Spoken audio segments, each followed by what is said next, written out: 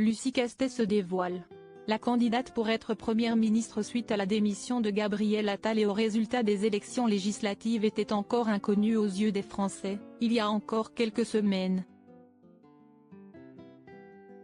Ce mardi 6 août, dans les colonnes de Paris Match, l'économiste a donc décidé de ne dire plus sur elle et en a profité pour s'exprimer sur son homosexualité. Je souhaite trouver un équilibre entre protéger ma famille, ma femme et notre enfant, et dire qui je suis, a-t-elle sobrement déclaré. En mars 2024, Olivier Dussopt avait, lui aussi, choisi de parler à cœur ouvert de son homosexualité au magazine Têtu. Je peux vous assurer que dans les insultes que je reçois depuis quelques semaines, nombreuses sont les remarques homophobes, a déploré l'ex-membre du PS, dont la vie privée n'est ni un secret, ni un sujet à ses yeux. Si les coming-out médiatiques des politiciens font toujours parler, l'écho aurait toutefois été bien plus important il y a quelques années.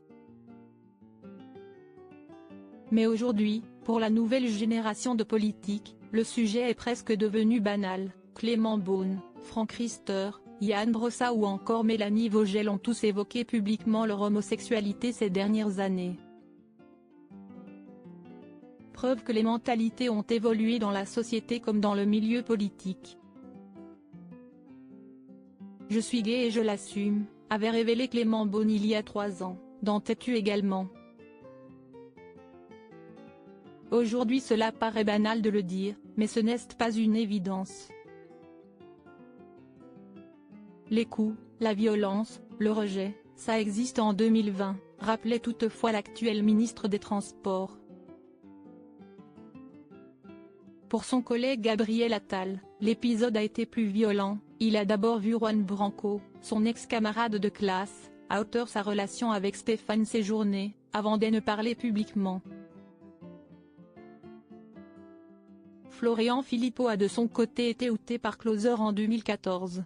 Mon homosexualité n'est pas un problème.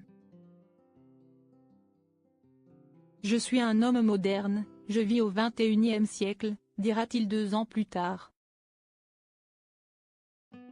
Supérieur à Bertrand Delanoë et Sarah El Haïry, 2 coming-out historiques des années plus tôt, si est Bertrand Delanoë qui a marqué les esprits. Alors qu'il vise la mairie de Paris, le socialiste ose révéler son homosexualité dans l'émission Zone Interdite, en novembre 1998. Un devoir de solidarité envers les homos, estime-t-il, 1 an avant que le Pacs ne soit voté. J'aimerais que le citoyen s'en foute, conclut alors celui qui devient le premier homme politique d'envergure à en parler publiquement.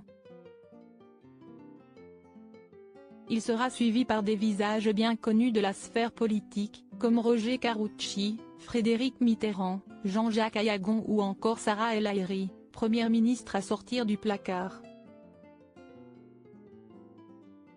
Dans une interview donnée au magazine Forbes le vendredi 7 avril, la secrétaire d'État chargée de la jeunesse a révélé publiquement son homosexualité.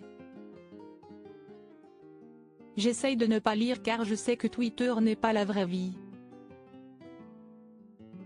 Mais quand ma famille ou ma compagne sont touchés, oui, ça me fait de la peine, a-t-elle déclaré alors qu'on l'interrogeait sur le harcèlement moral qu'elle subit sur les réseaux sociaux. En faisant mention de sa compagne, Sarah El Haïry a emboîté le pas à d'autres membres du gouvernement qui ont, comme elle, récemment fait le choix de parler de leur vie sentimentale dans les médias. Un geste courageux, notamment face à la hausse de violences homophobes recensées cette année. Article écrit en collaboration avec 6 médias Crédit Photo, Abaka.